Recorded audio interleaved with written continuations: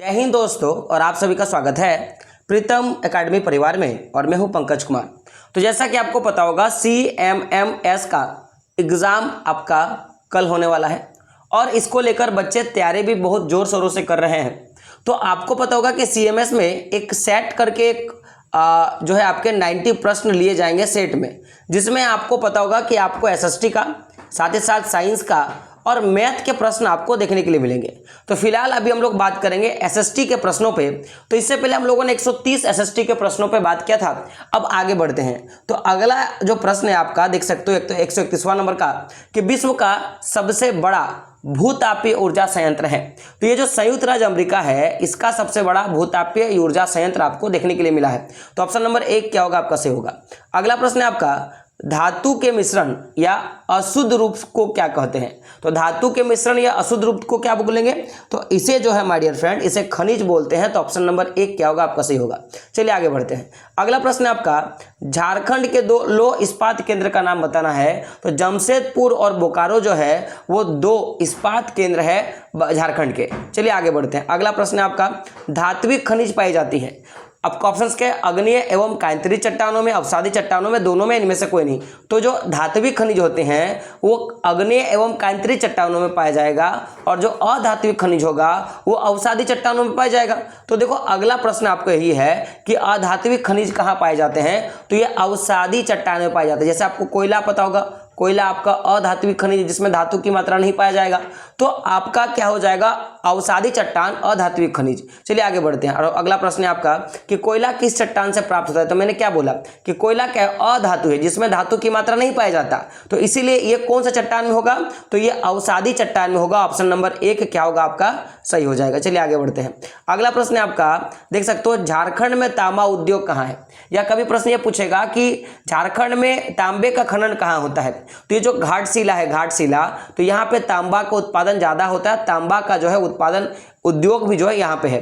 अगला प्रश्न है आपका, चूना पत्थर का उत्खनन झारखंड के किन जिलों में होता है। जो चूना पत्थर है, इसका उत्खनन झारखंड के कौन से जिले में होता है। तो रामगढ़ और पलामू में आपको चूना पत्थर और जो है आपका पत्थर का उत्खनन आपको देखने के लिए मिलेगा। 140 नंबर का प्रश्न है कि पश्चिम बंगाल में रानीगंज किस खनिज के लिए प्रसिद्ध है। तो प्रश्न ये भी पूछेगा कि रानीगंज कहाँ पे, तो पश्चिम बंगाल में। और किसके लिए प्रसिद्ध है, तो कोयला के लिए प्रसिद्ध है। तो ऑप्शन नंबर 1 क्या होगा आपका, सही होगा। आपने नाम सुना होगा रानीगंज का कोयला, तो कोयले के लिए प्रसिद्ध है। अगला प्रश्न है आपका, भारत में तांबा का सबसे बड़ा उत्पादक राज्य कौन सा है। तो याद रखिएगा, मध्य प्रदेश। कौन सा है आपका, मध्य प्रदेश इसका आंसर होगा। तो मध्य प्रदेश में ये जो बालाघाट करके एक जगह है जहां पे तांबा का सबसे ज्यादा उत्पादन होता है, तो मध्य प्रदेश होगा। महाराष्ट्र आपके जो आपका एक शर्मा बुक है उसमें दिया हुआ था, मैंने वहीं से क्वेश्चन पिक किया है। तो यहाँ पे आपका महाराष्ट्र ऑप्शन की जगह पे याद रखना मध्य प्रदेश। तो भारत में तांबा का सबसे बड़ा जो उत्पादन होता है मध्य प्रदेश में। और कौन सी जगह पे, याद रखिएगा, बालघाट करके एक जगह है, तो वहां से होता है। तो मध्य प्रदेश इसका आंसर हो जाएगा। अगले प्रश्न में बात करेंगे। प्रश्न है आपका, झारखंड में कोयला उत्पादक क्षेत्र। तो देखिए, धनबाद, बोकारो और चतरा तीनों जगह में होता है। तो इनमें से सभी ऑप्शन नंबर 4 आपका क्या होगा, सही होगा। चलिए आगे बढ़ते हैं। अगला प्रश्न आपका, मिसाइल मैन के नाम से जाना जाता है। तो मिसाइल मैन के नाम से डॉक्टर APJ अब्दुल कलाम को जाना जाता है। तो ऑप्शन नंबर 3 क्या होगा आपका, सही होगा। चलिए अगला प्रश्न में बात करेंगे। प्रश्न है आपका, भारत के प्रथम गृह मंत्री का नाम बताना है। तो सरदार वल्लभ भाई पटेल जो है वो भारत के प्रथम गृह मंत्री हैं। तो ऑप्शन नंबर 1 क्या होगा आपका, सही होगा। आगे बढ़ते प्रश्न आपका, लौह पुरुष के नाम से किसे जाना गया है। तो आपको पता होगा, सरदार वल्लभ भाई पटेल को लौह पुरुष के नाम से जाना गया है। और इन्हीं की जो है स्टैच्यू ऑफ यूनिटी नाम की मूर्ति है, लोहे की मूर्ति, ये भी बात याद रखिएगा। तो ऑप्शन नंबर 1 क्या होगा आपका, सही होगा। अगला प्रश्न आपका देख सकते हो। प्रश्न है आपका, किस अनुच्छेद के अंतर्गत सभी नागरिकों का कर्तव्य है कि भारत की संप्रभुता, एकता व अखंडता की रक्षा करे। तो ये 51 का को, मैं किसका बात कर रहा हूं, 51 का जो को आपका अनुच्छेद है, इसके अनुसार कहा गया है कि आप क्या करें कि आपका जो भी कर्तव्य है उसकी संप्रभुता और एकता को क्या करें, अक्षुण्ण रखे, उसको रक्षा करें। अगला प्रश्न आपका, राष्ट्रपति का कार्यकाल होता है। तो राष्ट्रपति का जो कार्यकाल है वो 5 सालों के लिए होता है। आप मुझे बताओ कि वर्तमान में हमारी राष्ट्रपति कौन है, आपको यह बताना है, ठीक है। तो यहां से भी प्रश्न आता है कि वर्तमान में राष्ट्रपति राष्ट्रपति कौन है, वर्तमान में मुख्यमंत्री कौन है, ये सारे प्रश्न आते हैं, तो इनको भी आपको याद करनी है। अगला प्रश्न बात करेंगे, प्रश्न है आपका भारत के प्रथम राष्ट्रपति कौन थे। भारत के प्रथम जो है आपके राष्ट्रपति कौन थे, तो आपको पता होगा डॉक्टर राजेंद्र प्रसाद जो है आपके भारत के प्रथम राष्ट्रपति थे। आप मुझे कौन बताओ कि 2 बार कौन से ऐसे राष्ट्रपति हैं जो लगातार 2 बार राष्ट्रपति बने थे, आप मुझे कमेंट बॉक्स में बता दो। चलिए आगे बढ़ते हैं। प्रश्न है आपका भारत एक संप्रभु राष्ट्र। देखिए संप्रभु का मतलब क्या होता है, संप्रभु मतलब होता है कि जिस पर किसी का कोई अधिकार नहीं है। तो पता होगा कि 15 अगस्त 1947 के बाद जो भारत है वो संप्रभु राष्ट्र बना, तो ऑप्शन नंबर 3 क्या होगा आपका सही होगा। चलिए आगे बढ़ते हैं। प्रश्न है आपका, और यही पूछेगा अगर बताइए तो एक गणराज्य कब बना, पूछेगा गणराज्य कब बना। तो जब गणराज्य की बात करेगा तो आपका हो जाएगा आपका 26 जनवरी 1950। लेकिन पूछेगा कि बताइए संप्रभु राष्ट्र कब बना, तो क्या बोलोगे 15 अगस्त 1947। आगे बढ़ते हैं। अगला प्रश्न है आपका भारत का राष्ट्रीय चिन्ह क्या है। तो भारत का राष्ट्रीय चिन्ह आपको पता होगा अशोक स्तंभ है, तो ऑप्शन नंबर 3 क्या होगा सही होगा। आप मुझे बताओ, 2-3 प्रश्न मैं पूछूंगा जहां पे आपको कमेंट करनी है। एक तो पूछेगा क्या बताइए झारखंड का राजकीय पक्षी पूछा गया है, और साथ ही साथ आप मुझे बताओ कि भारत का राष्ट्रीय पक्षी क्या है, और आप ये भी बता दो कि झारखंड का राजकीय फूल क्या है और भारत का राष्ट्रीय फूल क्या है, आप मुझे बता दो कमेंट बॉक्स में। अगले प्रश्न में बात करें, प्रश्न आपका भारतीय राष्ट्रपति का चुनाव किस विधि से होता है। तो देखिए अगर मैं बात करूंगा मंत्रिमंडल का, तो मंत्रिमंडल का चुनाव तो प्रत्यक्ष मतदान के हिसाब से होता है, लेकिन जो राष्ट्रपति का जो चुनाव होगा वो अप्रत्यक्ष अनुपातिक चुनाव के आधार पे होता है। किस पे होता है, प्रत्यक्ष। क्या है आपका मैं बात करूंगा इसका आंसर क्या हो जाएगा, अप्रत्यक्ष अनुपातिक सिद्धांत के आधार पे, तो ऑप्शन नंबर 4 आपका क्या होगा सही होगा। और अगर पूछेगा कि बताइए, पूछ देगा कि बताइए कि जो आपका प्रधानमंत्री है, प्रधानमंत्री का चुनाव किस विधि के द्वारा होता है, आप मुझे कमेंट बॉक्स में जरूर बताना। चलिए आगे बढ़ते हैं। प्रश्न है आपका कि किस राष्ट्रपति के जन्मदिन शिक्षक दिवस के रूप में मनाया जाता है। चलिए मुझे बताइए तो ये जो शिक्षक दिवस है वो कब मनाया जाता है, तो आप बोलोगे सर 5 सितंबर को। और बाल दिवस कब है, तो बाल दिवस आपको क्या करना है कमेंट बॉक्स में बताना है। ऐसा तो मैं बता दूं 14 नवंबर होता है, कमेंट वाली बात ही नहीं है। लेकिन आप ये बताओ कि शिक्षक दिवस किसके लिए, तो सर्वपल्ली डॉक्टर राधाकृष्णन, तो ऑप्शन नंबर आपका क्या हो जाएगा 2 आपका क्या होगा सही होगा। चलिए अगला प्रश्न है, प्रश्न है आपका भारत में वोट देने की न्यूनतम उम्र कितनी है। तो 18 वर्ष से जितने भी 18 वर्ष से ज्यादा के जितने भी उम्र के बच्चे हैं वो वोट डाल सकते हैं, आपको पता होगा, तो 18 वर्ष इसका आंसर हो जाएगा। अगला प्रश्न आपका भारत का विस्मार्क किसे कहा गया, भारत का विस्मार्क किसे कहा गया है। तो आप मुझे देखो, अगर मैं ऑप्शंस का बात करूं तो महात्मा गांधी, बाल गंगाधर तिलक, सरदार वल्लभ भाई पटेल, पंडित जवाहरलाल नेहरू है। तो आंसर क्या हो जाएगा इसका आंसर हो जाएगा आपका सरदार वल्लभ भाई पटेल, ऑप्शन नंबर 3 क्या होगा आपका सही होगा। चलिए आगे बढ़ते हैं। अगला प्रश्न है भारत की प्रथम महिला राष्ट्रपति कौन थी। तो भारत की अगर मैं प्रथम महिला राष्ट्रपति का बात करूं तो आपको पता होगा वो कौन है, प्रतिभा देवी सिंह पाटिल। ठीक है, कस्तूरबा गांधी आपको पता होगा, कस्तूरबा गांधी तो आपको पता ही होगा ना, ये गांधी जी की कौन लगती हैं, तो कमेंट में बता देना जरूर। ठीक है, आगे बात करेंगे। प्रश्न है आपका भारत में 2 बार लगातार राष्ट्रपति को निर्वाचित हुए हैं। तो भारत में लगातार अगर मैं 2 बार राष्ट्रपति का मैं बात करूं तो डॉक्टर राजेंद्र प्रसाद, और भारत के पहले राष्ट्रपति भी आप याद रख लेना। चलिए आगे बात करेंगे। अगला प्रश्न है लोकप्रिय सदन किसे कहा गया। तो लोकसभा को लोकप्रिय सदन कहा गया है, तो ऑप्शन नंबर 2 क्या होगा सही होगा। देखिए यहाँ पे लोक लिखा हुआ है, यहाँ पे लोकसभा लिखा हुआ है, तो इससे आप याद रख सकते हो। अगला प्रश्न है आपका संयुक्त राज्य अमेरिका में कौन से शासन प्रणाली है। तो वहां पे आपको अध्यात्मक बुझेगा, यानी कि जहां पे जो होते हैं आपके, मैं बोल सकता हूं कि जहां पे आपके राष्ट्रपति जो होते हैं, राष्ट्रपति वो शासन करते हैं, तो अध्यक्षतात्मक होगा। लेकिन अगर भारत में पूछेगा तो संसदीय, आइए याद रख लीजिएगा। ठीक है, आगे बात करते हैं। अगला प्रश्न है आपका लोकसभा में अनुसूचित जाति यानी कि जो SC शेड्यूल कास्ट होते हैं उनके लिए कितने सीटें आपके आरक्षित है। देखिए लोकसभा का बात किया जा रहा है, तो लोकसभा में अगर शेड्यूल कास्ट का बात किया जाए तो जो 84 यानी कि जो 84 सीटें होती हैं वो आरक्षित रहता है। अगला प्रश्न है आपका लोकसभा में कुल सदस्यों की संख्या कितनी है। तो लोकसभा में अगर मैं कुल सदस्यों की संख्या का बात करूं तो देखो ऐसे तो आपको पता होगा 552 टोटल सदस्य, लेकिन अगर जो चुनाव होता है ना, केवल में चुनाव, देखो टोटल 552 है, लेकिन निर्वाचित कितने लोग चुन कर जाते हैं, तो 543 लोग जो है वो चुन के जाते हैं, ये बात याद रखिएगा, जो कि आपके टेक्स्ट बुक में दिया हुआ है। तो 552 ऐसे लोग हैं जो मतलब कुल लोकसभा सीटों की संख्या 552 है, लेकिन उनमें से चुने कितने लोग जाते हैं, तो 543 लोगों को वोट देकर चुना जाता है, ये बात आप याद रखिएगा। ठीक है, अगला प्रश्न में बात करें। प्रश्न है आपका राज्यसभा में कितने राज्यसभा में कितने सदस्य राष्ट्रपति द्वारा मनोनीत होते हैं? तो राज्यसभा में कितने जो आपके लोग होते हैं जो राष्ट्रपति द्वारा मनोनीत होते हैं? तो इसका आंसर क्या हो जाएगा? 12। तो 12 ऐसे लोग हैं जो अलग अलग क्षेत्रों में, जैसे खेल क्षेत्र हो गया, साहित्य क्षेत्र हो गया, तो इन क्षेत्रों से वो मनोनीत किए जाते हैं ताकि उन क्षेत्रों को भी क्या मिले? बढ़ावा मिले। चलिए आगे बढ़ते हैं। अगला प्रश्न 162 नंबर का कि संघ सूची में राष्ट्र महत्व के विषय आता है। देखिए प्रश्न पूछेगा कि संघ सूची में किस विषय का महत्व आता है? राष्ट्र विषय के महत्व आते हैं। तो इन विषय पर कानून कौन बनाता है? तो इन विषयों पर जो है आपका ऑप्शंस क्या है? देखो आपके राज्य सरकार, केंद्र सरकार, संयुक्त राज्य सरकार और केंद्र शासित प्रदेश। तो याद रखिएगा ये जो आपका संघ सूची होता है जिसमें केंद्र सरकार कानून बनाता है, और जो आपका जो राज्य सूची होता है जिसमें राज्य सरकार कानून बनाता है, और जो आपका समवर्ती सूची होता है जिसमें केंद्र दोनों सरकार मिलकर क्या करता है? अपना कानून बनाने का काम करता है। अगला प्रश्न आपका, कार्यपालिका किसके प्रति उत्तरदायी होता है? तो जो विधायिका होते हैं ना उनके प्रति उत्तरदायी होता है। ऑप्शन नंबर 2 क्या होगा आपका? सही होगा। चलिए अगला प्रश्न आपका कि किस वर्ष चार्टर अधिनियम में पहली बार विधान परिषद के बीज दिखाई दिए थे? तो ये 1833 का घटना है जब पहली बार आपको विधान परिषद का चुनाव के बारे में जानकारी मिला था। तो ऑप्शन नंबर कितना हो जाएगा आपका 4 क्या होगा? सही होगा।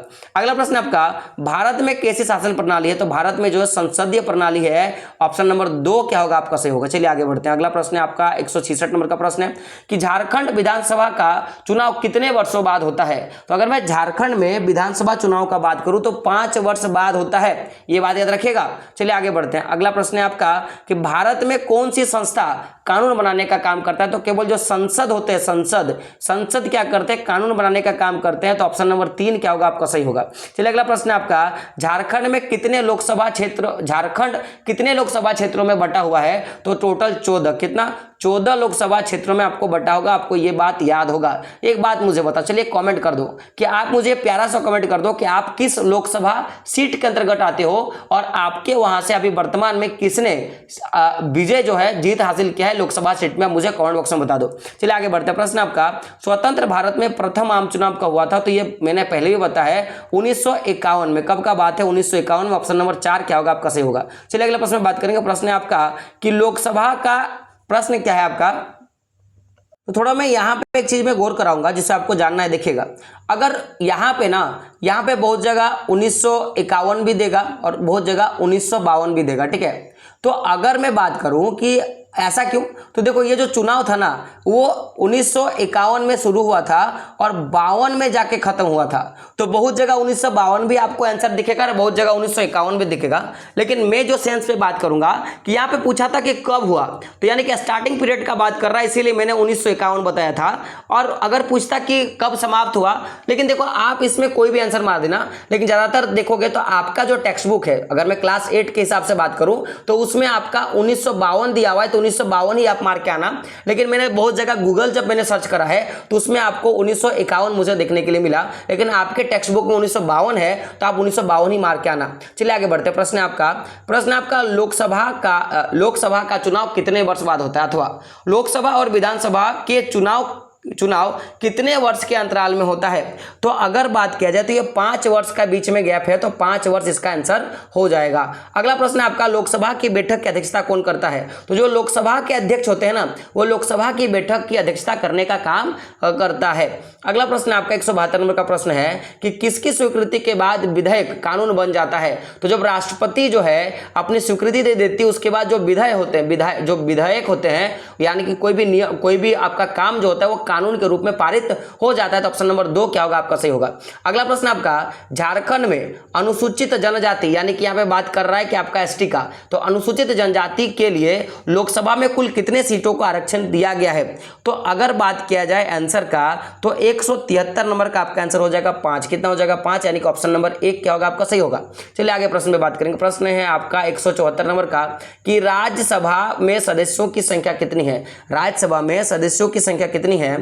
तो चलिए एक काम कीजिए ना, आप मुझे कमेंट में बता दें, मुझे क्या करें कमेंट बता दें, ताकि मैं भी देखना चाहता हूं कि आपको इसका आंसर आता है कि नहीं है। चलिए आगे बढ़ते हैं। अगला प्रश्न है आपका, लोकसभा में अनुसूचित जनजाति यानी कि एसटी के लिए कितने सीटों का जो है आरक्षण मिलता है? तो आपका मैं बात करूंगा 175 नंबर का आपका आंसर हो जाएगा, इसका आंसर हो जाएगा 47। कितना हो जाएगा? 47। चलिए थोड़ा सा आगे आगे की चीजों पे बात करेंगे। तो देखो यहाँ पे एक चीज आपको मैंने बोला था कि राज्यसभा में सदस्यों की संख्या कितनी होती है, तो 250। कितना होगा, 250 याद रखिएगा। और इसमें से 250 में से 12 जो होते हैं जो है होते हैं जो राष्ट्रपति द्वारा मनोनीत कर दिया जाता है, ये भी बात याद रखिएगा। तो बाकी के जो बच्चे होते हैं ना वो भी सदस्य होते हैं, और उसमें से कुछ केंद्र शासित प्रदेश के भी जो होते हैं वो यहीं पे आपका मनोनीत किए जाते हैं। अगला प्रश्न आपका, अस्थायी सदन किसे कहा गया। ये जो अस्थायी सदन है वो किसे कहा गया है, तो अस्थायी सदन जो है राज्यसभा को कहा गया है। देखिए राज्यसभा जो होता है कभी भी विघटित नहीं होती है। आगे बात करें, अगला प्रश्न आपका, राष्ट्रगान जन गण मन किसके द्वारा रचित है। तो आपको मैं अगर बात करूं राष्ट्रगान किसके द्वारा लिखा गया है, तो आपको पता होगा रविंद्रनाथ टैगोर के द्वारा लिखा गया। तो ऑप्शन नंबर 1 क्या होगा आपका, सही होगा। चलिए आगे बढ़ते हैं। अगला प्रश्न है आपका कि बहादुर शाह जफर ने किसके सहयोग से, बहादुर शाह जफर ने किसके सहयोग से विद्रोह का नेतृत्व किया था। तो यहाँ पे ये जो विद्रोह का बात है ना, ये 1857 के विद्रोह का बात हो रहा है। तो ये जो बख्तियार खां है इसके सहयोग से इन्होंने विद्रोह किया था। तो ऑप्शन नंबर 1 क्या होगा, सही होगा। क्योंकि इस समय जो है ना बहादुर शाह जफर बूढ़ा हो गया था, इसलिए उन्होंने बख्तियार खां का सपोर्ट लिया था। चलिए आगे बढ़ते हैं। अगला प्रश्न आपका, नीलांबर और पीतांबर कहाँ के स्वतंत्रता सेनानी थे। तो ये जो नीलांबर और पीतांबर है ये कहाँ के स्वतंत्रता सेनानी थे, तो ये जो है पलामू जिला का, कहाँ का, पलामू का। तो ऑप्शन नंबर 2 क्या होगा आपका, सही होगा। चलिए आगे बढ़ते हैं। प्रश्न आपका देखिए, ये प्रश्न जो है ना आपका NMMS जो एग्जाम हुआ था उसमें क्वेश्चन पूछा गया है, और ये आशा है कि CMS में भी पूछेगा। प्रश्न क्या है, ठाकुर विश्वनाथ सहदेव को कब फांसी दी गई थी। जो ठाकुर सहदेव जो विश्वनाथ हैं इसे कब फांसी दिया गया था।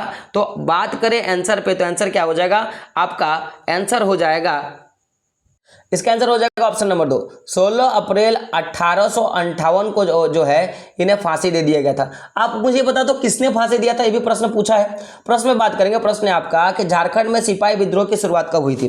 तो झारखंड में अगर मैं बात करूं सिपाही विद्रोह का, तो 12 जून 1857 हो जाएगा। ऑप्शन नंबर 3 क्या होगा आपका, सही होगा। चलिए आगे बात करते हैं। अगला प्रश्न है आपका 182 नंबर का कि झांसी में 1857 में सिपाही विद्रोह का नेतृत्व किसने किया था। तो झांसी की रानी लक्ष्मीबाई ने किया था। तो ऑप्शन नंबर 1 क्या होगा आपका, सही होगा। अगला प्रश्न आपका 1857 ईस्वी के विद्रोह के समय भारत का गवर्नर जनरल कौन था। तो उस समय था लॉर्ड कैनिंग। ऑप्शन नंबर 4 क्या होगा आपका, सही होगा। चलिए आगे बात करते हैं। अगला प्रश्न है आपका कि कानपुर में 1857 के विद्रोह का अगुवाई किसने किया था। तो कानपुर से किसने जो है 1857 के विद्रोह का नेतृत्व किया था। तो कानपुर का अगर बात किया जाए तो कानपुर का आंसर क्या होगा, ऑप्शन नंबर 2 नाना साहिब। कौन हो जाएगा, नाना साहिब। उसी तरह जैसे लखनऊ से बेगम हजरत महल ने किया था, है ना, बिहार से वीर कुंवर सिंह ने किया था। तो ये सारी चीजें आपको याद रखनी है। अगला प्रश्न दिल्ली से अभी हम लोगों ने देखा था बहादुर शाह जफर ने किया था। अगला के ताटिया टोपे के सेनापति कौन थे। तो नाना साहिब। ताटिया टोपे के सेनापति कौन थे, नाना साहिब। ऑप्शन नंबर 2 क्या होगा, सही होगा। अगला प्रश्न आपका देख सकते हो, पेशवा बाजीराव द्वितीय का दत्तक पुत्र कौन था। तो जो पेशवा बाजीराव था उनका अगर मैं द्वितीय पुत्र का बात करूं तो उनका आंसर क्या हो जाएगा आपका, नाना साहिब। क्या होगा, नाना साहिब। ऑप्शन नंबर 1 क्या होगा आपका, सही होगा। चलिए आगे बढ़ते हैं। अगला प्रश्न 187 नंबर का प्रश्न है कि बाबू कुंवर सिंह, इसे वीर कुंवर सिंह भी कहा गया, किस राज्य से संबंधित है। तो ये बिहार से। तो बिहार से आपका कौन हो गया, वीर कुंवर सिंह। लखनऊ से बेगम हजरत महल। वहीं झांसी से कौन हो गया, झांसी की रानी लक्ष्मीबाई। और दिल्ली से भी हम लोगों ने बात किया था जो है आपके, जो हम लोगों ने बात किया था बहादुर शाह जफर। ये चीजें आपको याद रखनी है। और लखनऊ से आपका कौन था, नाना साहेब। अगला प्रश्न है आपका सिपाही विद्रोह कब हुआ था। तो 1857 हुआ था। ऑप्शन नंबर 1 क्या होगा आपका, सही होगा। अगला प्रश्न है आपका देख सकते हो, माधव सिंह और नगदीर अली ने किस संस्थान पर आंदोलन का नेतृत्व किया था। तो ये जो आपका माधव सिंह है और साथ ही साथ मैं बात कर रहा हूँ किसका, तो आपका नगदीर अली, इन्होंने कहाँ से आंदोलन का नेतृत्व किया था। तो ऑप्शन नंबर 1 हो जाएगा चुट्टू पालू घाटी से, चुट्टू पालू घाटू से। तो ऑप्शन नंबर 1 क्या होगा, सही होगा। और अंतिम प्रश्न पे बात करेंगे। प्रश्न क्या है आपका देख सकते हो, अगर प्रश्न पे बात करूं तो प्रश्न है आपका कि चुट्टूपाली, इसको बोलेंगे और मांझी घाटी में विद्रोह कब हुआ था। तो इसका आंसर क्या हो जाएगा, 31 जुलाई 1857। ऑप्शन नंबर 3 क्या होगा आपका, सही होगा। 3 क्या हो जाएगा आपका, सही हो जाएगा। चलिए आगे कुछ प्रश्नों पे बात करते हैं। प्रश्न है आपका कि रांची में विद्रोही सैनिकों का नेता कौन था। यानी 1857 का जो विद्रोह हुआ था उसका नेता कौन था। अगर मैं रांची का बात करूं तो कौन था आपका, पांडे गणपत राय। ऑप्शन नंबर 4 क्या होगा आपका, सही हो जाएगा। चलिए अगले प्रश्न में बात करते हैं। 92 नंबर का प्रश्न है कि किस अंग्रेजी अधिकारी ने ठाकुर विश्वनाथ सहदेव को फांसी पर लटकाया था। देखिए अभी हम लोगों ने इसके बारे में बात किया था। तो ऑप्शन नंबर क्या हो जाएगा आपका, 1 कर्नल डाल्टन जो होगा इसका सही आंसर हो जाएगा। ऑप्शन नंबर 1 क्या होगा, सही हो जाएगा। चलिए अगले प्रश्न में जाते हैं। अगला प्रश्न है आपका 93 नंबर का कि 1857 के विद्रोह को किस नाम से जाना जाता है? तो इसे सिपाही विद्रोह के नाम से भी जाना जाता है। तो आपका ऑप्शन नंबर क्या हो जाएगा? ऑप्शन नंबर आपका 2 क्या हो जाएगा? आपका सही होगा। चलिए आगे बढ़ते हैं। अगला प्रश्न है आपका कि भारत के अंतिम मुगल बादशाह कौन थे? तो बहादुर शाह जफर द्वितीय, ऑप्शन नंबर 1 क्या होगा? आपका सही हो जाएगा। और अंतिम प्रश्न एकदम लास्ट, यहीं पे लास्ट करते हैं। प्रश्न है 1857 की क्रांति का नेतृत्व रांची में किसने किया था? रांची से जो है इस आंदोलन का नेतृत्व किसने किया था? तो आंसर क्या हो जाएगा? विश्वनाथ सहदेव, ऑप्शन नंबर 2 क्या होगा? सही होगा। देखिए जितने भी प्रश्न थे जो भी इंपॉर्टेंट थे अभी तक मैंने करवा दिया। अब कोशिश करेंगे कि सवेरे हम लोग और क्वेश्चन करवा दें, लेकिन अभी बिजली जो है हमारी कटी हुई है, तो ये चांसेस है कि बारिश हुई है तो कल बिजली अगर ना भी आए तो इतना प्रश्न हम लोगों ने अवश्य करवा दिया है कि आपके जो एग्जाम में अच्छे मार्क्स आएंगे और मैं आशा करता हूं कि नंबर आपके अच्छे होंगे और आप इस एग्जाम में पास करोगे। ठीक है, तो दोस्तों कोशिश करो, आप लोग दुआ करो कि हो सके तो सवेरे आपका लाइन आ जाए और आपके एग्जाम तक जाते जाते एक मैट का भी जो है सोल्यूशन हम लोग करवा के दे दें। तो मिलते हैं दोस्तों अगले वीडियो में, तब तक के लिए जय हिंद, जय भारत और आपका दिन शुभ हो।